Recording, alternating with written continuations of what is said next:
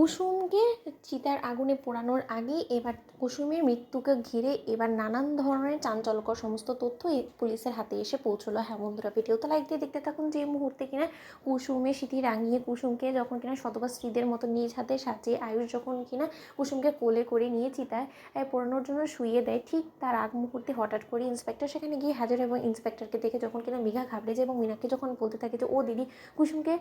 বিদায় দেওয়ার আগেই পুলিশ এখানে কেন এসে হাজির হলো বলো তো, শ্মশান ঘাটে এখানে এসে কি পুলিশের কী কাজ? ঠিক সেই মুহূর্তে ইন্সপেক্টরের কাছে গিয়ে যখন কিনা সিদ্ধার্থ বলতে থাকে যে ইন্সপেক্টর, আমরা কুসুমের শেষকৃত্য জাস্ট সম্পন্ন করে বাড়িই ফিরবো, আপনি না হয় তখন বাড়িতেই সোজা চলে আসছেন, এখানে আসার কি মানে আছে? ঠিক সেই মুহূর্তে ইন্সপেক্টর যখন বলতে থাকে যে না, আসলে আমাদের কাছে কিছু চাঞ্চল্যকর সমস্ত তথ্য আমাদের হাতে লেগেছে এবং সেই সমস্ত কিছু বলার জন্য আমরা রীতিমতো ওয়েট করতে পারিনি এবং আমাদের জন্য এটা খুব বেশি প্রয়োজন যে আপনাদের সেফটিটা এনশিওর করা, কারণ এখানে আমাদের কাছে খবর আছে যে কোনো সময় যে কোনোভাবে আপনাদের উপরে হামলা হতে পারে। কারণ আপনারা নিশ্চয়ই একটা জিনিস খেয়াল করেছেন যে মুহূর্তে কিনা আয়ুষ্মান গাঙ্গুলি সেই ঘটনাস্থল থেকে কুসুমকে নিয়ে হসপিটালে গিয়েছিল, সেখানে কিন্তু কুসুমকে এলোপাতাড়ি কুপিয়ে হত্যা করা হয় এবং ওটির ভেতরে ঢুকতেও কিন্তু সেই হামলাকারী একবারও দ্বিধাবোধ করেনি এবং ঘাবড়ায়নি। তার মনের মধ্যে বিন্দুমাত্র ভয় নেই তার মানে, তাই সে আবারও কোনো না কোনোভাবে আয়ুষ্মান গাঙ্গুলিকে শেষ করে দেওয়ার জন্য সে এখানেই চারিপাশে কোথাও না কোথাও থাকতে পারে। তাই সেই হামলাকারীকে হাতে নাতে ধরার জন্য আমরা রীতিমতো এখানে পাহারা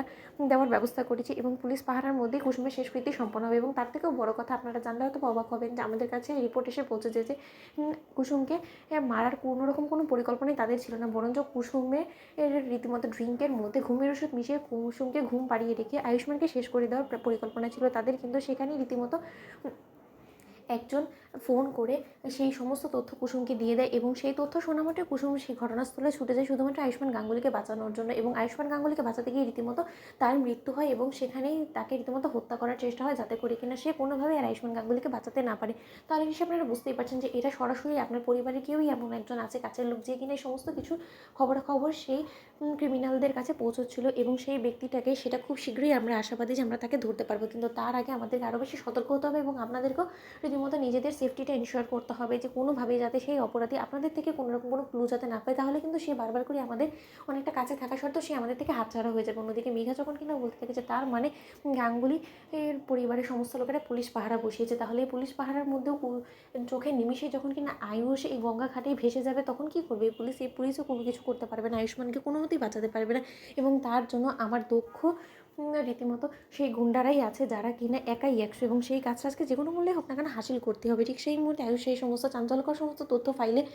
পড়া মাত্র আয়ুষ অবাক হয়েছে এবং আয়ুষ বলতে থাকে যে মৃত্যুটা এতটা রীতিমতো আমার